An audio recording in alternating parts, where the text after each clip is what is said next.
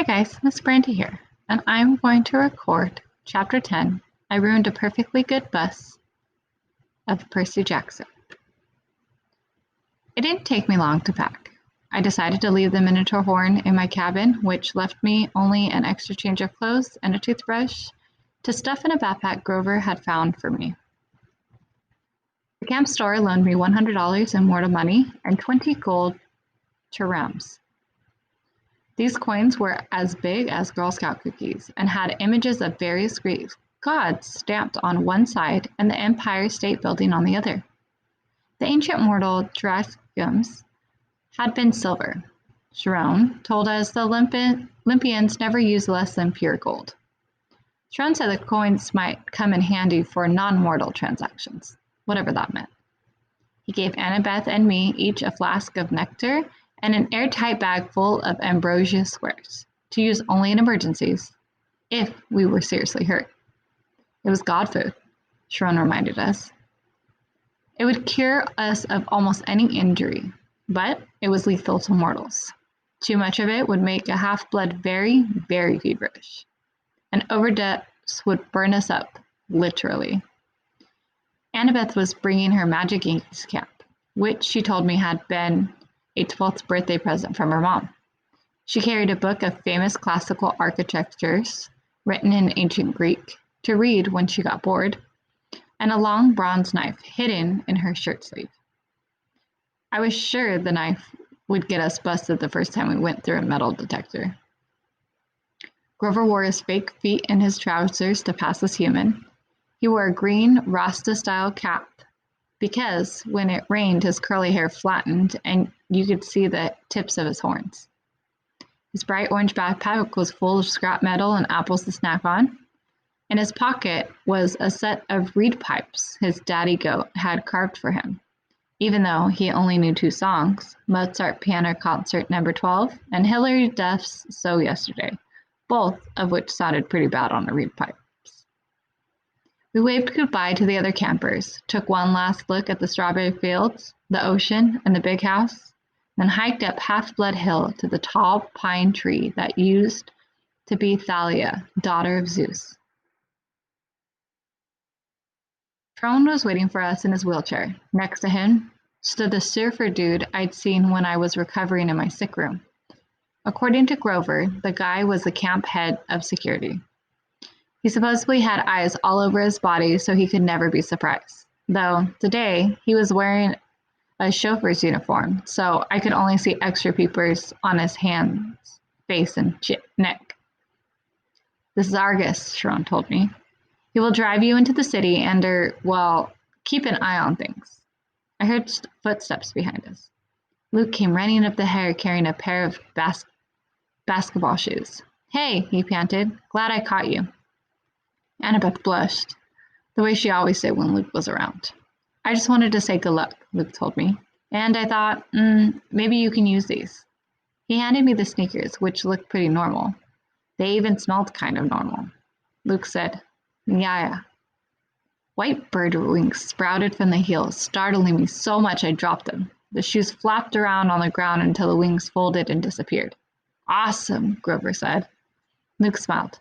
Those served me well when I was on my quest. Good from Dad. Of course, I don't use them much these days. His expression turned sad. I didn't know what to say. It was cool enough that Luke had come to say goodbye. I'd been afraid he might resent me for getting so much attention the last few days. But here he was, giving me a magic gift. It made me blush almost as much as Annabeth.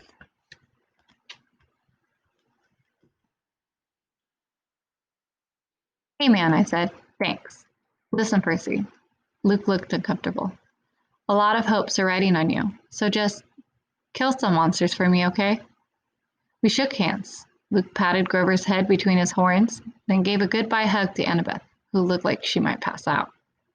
After Luke was gone, I told her, you're hyperventilating. I'm not. You let him capture the flag instead of you, didn't you? Oh, why do I want to go anywhere with you, Percy? She stomped down the other side of the hill, where a white SUV waited on the shoulder of the road. Argus followed, jingling his car keys. I picked up the flying shoes and had suddenly bad feelings. I looked at Shron. I won't be able to use these, will I? He shook his head. Luke meant well, Percy. But taking to the air, that would not be wise for you. I nodded, disappointed, but then I got an idea. Hey, Grover, you want a magic item? His eyes lit up. Me? Pretty soon, we laced the sneakers over his fake feet, and the world's first flying goat boy was ready for launch. Yeah, he shouted. He took off the ground, okay, and then fell over sideways on his backpack dragged through the grass. The wing shoes kept bucking up and down like tiny broncos. Practice, Sharon called after me. You just need practice. Ah! Grover went flying sideways down the hill like a possessed lawnmower heading towards the van. Before I could follow, Sharon caught my arm. I should have trained you better, Percy, he said. If only I had more time. Hercules, Jason, they all got more training. That's okay. I just wish I stopped myself before I was about to sound like a brat. I was wishing my dad had given me a cool magic item to help on the quest. Something as good as Luke's flying shoes or Annabelle's invisible cap. What am I thinking? Sharon cried. I can't let you go anywhere anyway without this. He pulled a pen from his coat pocket and handed it to me. It was an ordinary disposable ballpoint black ink removable cap. Probably cost 30 cents. Gee, I said, thanks. Percy, that's a gift from your father. I've kept it for years, not knowing you were who I was waiting for. But the prophecy is clear to me now. You are the one. I remembered the field trip to the Metropolitan Museum of Art when I vaporized Miss Dots. Sharon had thrown me a pen that turned into a sword. Could this be? I took off the cap and the pen grew longer and heavier in my hand. In half a second, I held a shimmery bronze sword with a double-edged blade, a leathered wrapped grip, and a flat hilt with gold studs. It was the first weapon that actually felt balanced in my hand. Sword has a long and tragic story that we need not to go into, Sharon told me. Its name is Aquilossus. Riptide? I translated. Surprised the ancient Greek came so easily. Use it only for emergencies, Sharon said, and only against monsters. No hero should harm mortals unless absolutely necessary. Of course, but this sword wouldn't harm them in any case. I looked at the wickedly sharp blade. What do you mean it wouldn't harm mortals? How could it not?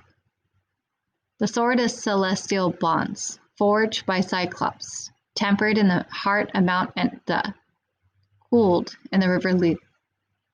It's deadly to monsters, to any creatures from the underworld, provided they don't kill you first. But the blade will pass through mortals like an illusion. They simply are not important enough for the blade to kill. And I should warn you, as a demigod, you can be killed by either celestial or normal weapons. You are twice as vulnerable. Good to know. Now recap the pen. I touched the pen cap to the sword tip, and instantly Riptide shrank into a ballpoint pen again. I tucked it in my pocket, a little nervous, because I was famous for losing pens at school. You can't, Sharon said. Can't what? Lose the pen, he said. It is enchanted. It would always reappear in your pocket. Try it. I was wary, but I threw the pen as far as I could down the hill and watched it disappear into the grass. It may take a few minutes, Sharon told me. Now check your pocket. Sure enough, the pen was there. Okay, that's extremely cool, I admitted. But what if a mortal sees me pulling out a sword? Sharon smiled. Mist is a powerful thing, Percy. Mist? Yes. Read the Iliad. It's full of references to this stuff. Whenever divine or monstrous elements mix with the mortal world, they generate mist, which obscures the vision of humans. You will see things just as they are, being a half-blood, but humans will interpret things quite differently. Remarkable, really, the lengths at which humans will go to fit things into their version of reality. I put Riptide back in my pocket. For the first time, the quest felt real. I was actually leaving Half-Blood Hill. I was heading west with no adult supervision, no backup plan, not even a cell phone. Sharon said cell phones were traceable by monsters. If we used one, it'd be the worst than sending up a flare. I had no weapon stronger than a sword to fight off monsters and reach the land of the dead. Sharon, I said, when you say the gods are immortal, I mean, there was a time before them, right? 4 ages before them, actually. The times of the Titans was the 4th age, sometimes called the Golden Age, which is definitely a misnomer. This, the time of Western civilization and the rule of the Zeus, is the 5th age. So what was it like before the gods? Sharon pursed his lips. Even I am not old enough to remember that, child. But I know it was a good time of darkness and savagery for mortals. Crones, the lord of the Titans, called his reign the Golden Age because men lived innocent and free of all knowledge. But that was mere propaganda. The Titan King cared nothing for your kind except the appetizers or source of cheap entertainment. It was only in the early reign of Lord Zeus, when Prometheus, the good Titan, brought fire to mankind, that your species began to progress. And even then, Prometheus was branded a radical thinker. Zeus punished him severely, as you may recall. Of course, eventually the gods warmed to humans, and Western civilization was born. The gods can't die now, right? I mean, as long as Western civilization is alive, they're alive. So even if I failed, nothing could happen so bad it would mess up everything, right? Sharon gave me a melancholy smile. No one knows how long the age of the West will last, Percy. The gods are immortal, yes, but then, so are the Titans. They still exist locked away in their various prisons, forced to endure endless pain and punishment, reduced in power, but still very much alive. May the fates forbid the gods should ever suffer such a doom, or that we should ever return to the darkness and chaos of the past. All we can do, child, is follow our destiny. Our destiny? Assuming we know what that is. Relax, Jerome told me. Keep a clear head, and remember, you may be about to prevent the biggest war in human history. Relax, I said. I'm very relaxed. When I got to the bottom of the hill, I looked back. Under the pine tree that used to be Thalia, daughter of Zeus, Sharon was now standing in a full force man form, holding his bow high in salute. Just your typical summer camp send-off by your typical centaur. Argus drove us out of the countryside and into western Long Island. It felt weird to be on the highway again. Annabelle and Grover sitting next to me as if we were normal carpoolers. After 2 weeks at Half-Blood Hill, the real world seemed like a fantasy. I found myself staring at every McDonald's, every kid in the back of his parents' car, every billboard and shopping mall. So far so good, I told Annabeth. 10 miles and not a single monster. She gave me an irritated look. It's bad luck to talk that way, seaweed brain. Remind me again, why do you hate me so much? I don't hate you. Could have fooled me. She folded her cap in invisibility. Look, we're just not supposed to get along, okay? Our parents are rivals. Why? She sighed. How many reasons do you want? One time, my mom caught Poseidon with his girlfriend in Athena's temple, which is hugely disrespectful. Another time, Athena and Poseidon competed to be the patron god of the city of Athenas. Your dad created some stupid saltwater spring for his gift. My mom created the olive tree. The people saw her gift was better, so they named the city after her. They must really like olives. Oh, forget it. Now, if she's invented pizza, that I could understand. I said forget it. In the front seat, Argus smiled. He didn't say anything, but one blue eye on the back of his neck winked at me. Traffic slowed down in Queens. By the time we got to Manhattan, it was sunset and starting to rain. Argus dropped us at the Greyhound station on the Upper East Side, not far from my mom and Gabe's apartment. Taped to the mailbox was a soggy flyer with my picture on it. Have you seen this boy? I ripped it down before Athena and Grover could notice. Argus unloaded our bags, made sure we got our bus tickets, then drove away. The eye on the back of his hand opened and watched us as he pulled out of the parking lot. I thought about how close I was to my old apartment. On a normal day, my mom would be home from the candy store by now. Smelly Gabe would probably up there right now, playing poker, not even missing her. Grover shouldered his backpack. He gazed down at the street in the direction I was looking. You want to know why she married him, Percy? I stared at him. Were you reading my mind or something? Just your emotions, he shrugged. Guess I forgot to tell you satyrs can do that. You were thinking about your mom and your stepdad, right? I nodded, wondering what else Grover might have forgotten to tell me. Your mom married Gabe for you, Grover told me. You call him smelly? But you've got no idea. The guy has this aurora. Yuck. I can smell him from here. I can smell traces of him on you. And you haven't been near him for a straight fortnight. Thanks, I said. Where's the nearest shower? Should be grateful, Percy. Your stepfather smelled so repulsively human, he could mask the presence of any demigod. As soon as I took a whiff inside his Camaro, I knew Gabe has been covering your scent for years. If you haven't lived with him every summer, you probably would have been found by monsters a long time ago. Your mom stayed with him to protect you. She was a smart lady. She must have loved you a lot to put up with that guy. If that makes you feel any better. I didn't, but I forced myself to not show it. I'll see her again, I thought. She isn't gone. I wonder if Grover could still read my emotions, mixed up as they were. I was glad he and Annabeth were with me, but I felt guilty that I had been straight with him. I hadn't told them the real reason I'd say yes to this crazy quest. The truth was, I didn't care about retrieving Zeus's lightning bolt, or saving the world, or even helping my father out of trouble. The more I thought about it, I resented Poseidon for never visiting me, never helping my mom, never even sending a lousy child support check. He'd only claim me because he needed a job done. All I cared about was my mom. Hades had taken her unfairly, and Hades was going to give her back. You will be betrayed by one who calls you a friend, the oracle whispered in my mind. You will fail to save what matters most in the end. Shut up, I told it. The rain kept coming. We got restless waiting for the bus and decided to play some hacky sack with one of Grover's apples. Annabeth was unbelievable.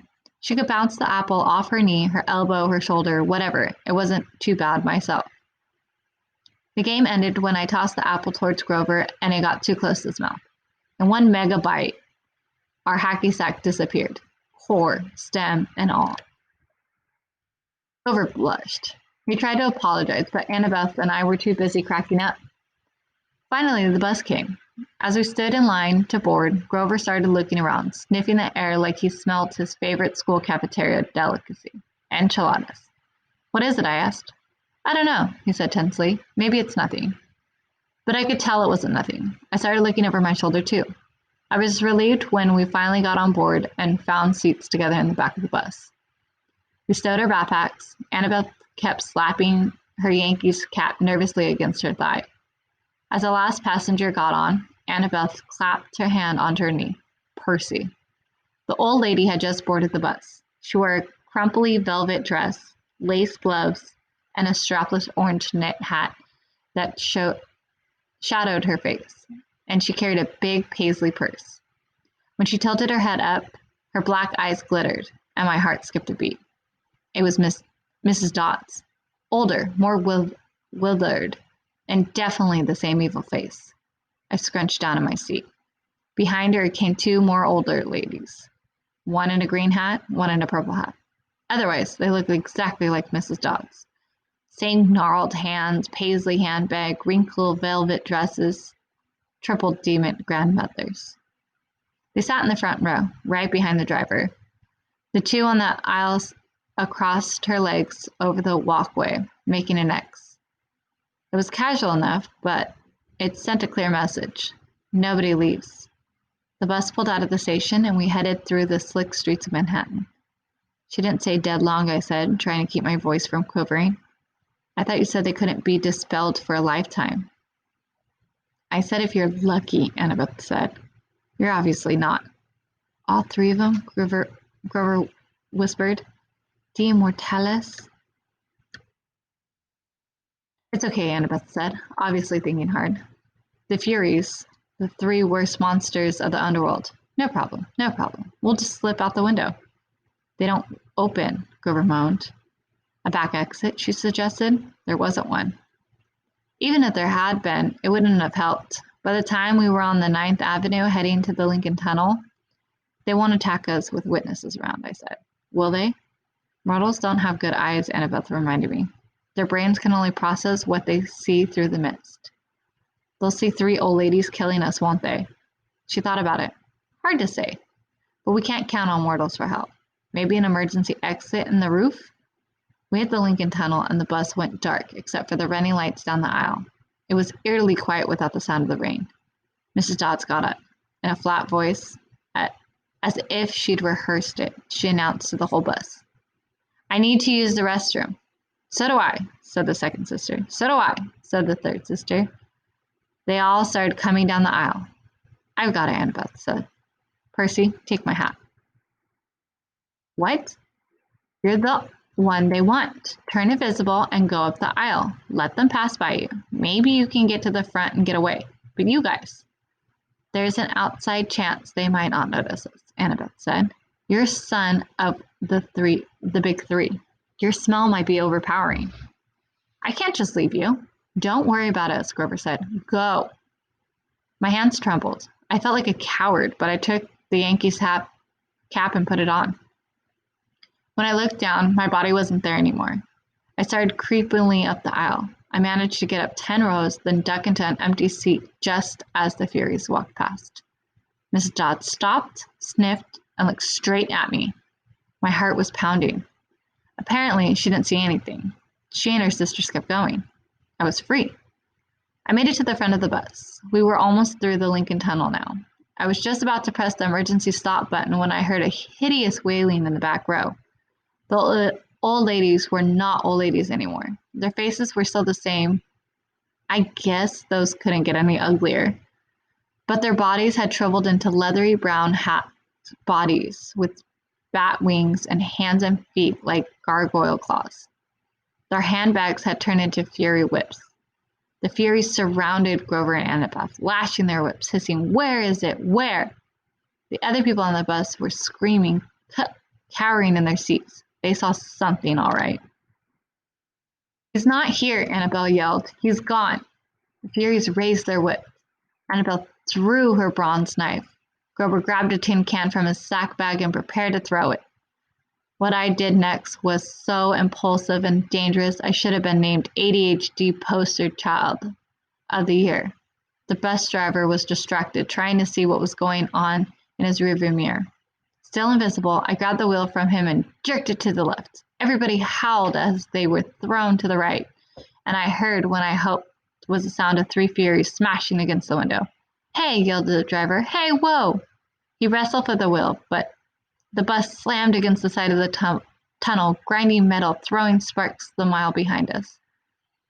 We careened out of the Lincoln Tunnel and back into the rainstorm. People and monsters tossed around the bus. Cars plunged aside like bowling pins. Somehow the driver found an exit. We shot off the highway through a half a dozen traffic lights and ended up barreling down one of the New Jersey rural roads, where you can't believe there's so much nothing right across the river in New York. There were woods to the left and the Hudson River to our right, and the driver seemed to be veering towards the river. Another great idea. I hit the emergency brake. The bus wailed, spun a full circle of the wet tar and crashed into the trees. The emergency lights came on. The door flew open. The bus driver was the first one out, passengers yelling as they were scampered after him. I stepped into the driver's seat and let them pass. The Furies regained their balance. They lashed their whips at Annabeth while she waved her knife and yelled in ancient Greek, telling them to back off. Grover threw tin cans. I looked at the open doorway. I was free to go, but I couldn't leave my friends. I took off the invisible cap. Hey! The Furies turned, barreling their yellow fangs at me, and the exit suddenly sounded like an excellent idea. Mrs. Dodd stalked up the aisles, just as she used to in class, about to deliver my F- math test. Every time she flicked her whip, red flames danced along the barbed leather. Her two ugly sisters hopped on top of the seats on either side of her and crawled towards me like huge nasty lizards. Percy Jackson, Miss Dodd said in an ancient that was definitely from somewhere further south than Georgia. You have offended the gods. You shall die. I liked you better as a math teacher, I told her. She growled. Annabeth and Grover moved up behind the Furies cautiously, looking for an opening. I took the ballpoint pen out of the pocket and then capped it. Riptide elevated into a shimmering double-edged sword. The Furies hesitated. Mrs. Dodd had felt Riptide's blade before. She obviously didn't like seeing it again. Submit now, she hissed, and you will not suffer eternal torment. Nice try, I told her. Percy, look out, Annabeth cried. Mrs. Dodd slashed her whip around my sword hand while the Furies on the other side lunged at me. My hand felt like it was wrapped in molten lead. I managed not to drop Riptide. I struck the Fury on the left with its hilt, sending her toppling backwards into the seat. I turned and sliced the Fury on the right. As soon as the blade connected with her neck, she screamed and exploded into dust. Annabelle got Miss Todd's into a wrestling hold and yanked her backwards while Grover ripped the whip out of her hand. Ow, he yelled. Ow, hot, hot. The Fury I hit slam came at me again, talons ready. As I swung Riptide and she broke open like a piñata. Mrs. Dodds was trying to get out of Annabeth off her back. She kicked, clawed, hissed, and bit, but Annabeth held on tight. Grover got Mrs. Dodd's legs tied up in her own whip. Finally, they both shoved her backwards into the aisle. Mrs. Dodd tried to get up, but she didn't have the room to flap her bat wings. She kept falling down. Zeus will destroy you, she promised. Hades will have your soul. Baracus menace viscimini, I yelled. I wasn't sure where the Latin came from. I think it meant eat my pants. Thunder shook the bus. The hair rose on the back of my neck. Get out, Annabeth yelled at me. Now. I didn't need any encouragement. We rushed outside and found other passengers wandering around in a daze, arguing with the driver, running around in circles, yelling, We're going to die! A Hawaiian-shirted tourist with camera snapped my photograph before I could recap my sword. Our bags, Grover realized. We left our... Boom! The windows of the bus exploded as the passengers ran for cover. Lightning shredded a huge crater off in the roof, but an angry wail inside told me Miss Dodds was not dead yet. Run, Annabeth said. She's calling for reinforcements. We have to get out of here. We plunged into the woods as the rain poured down, the bus in flames behind us, and nothing but darkness ahead. Thanks, guys, for listening, and I will post Chapter 11 next week. Hope you guys have a great Christmas break.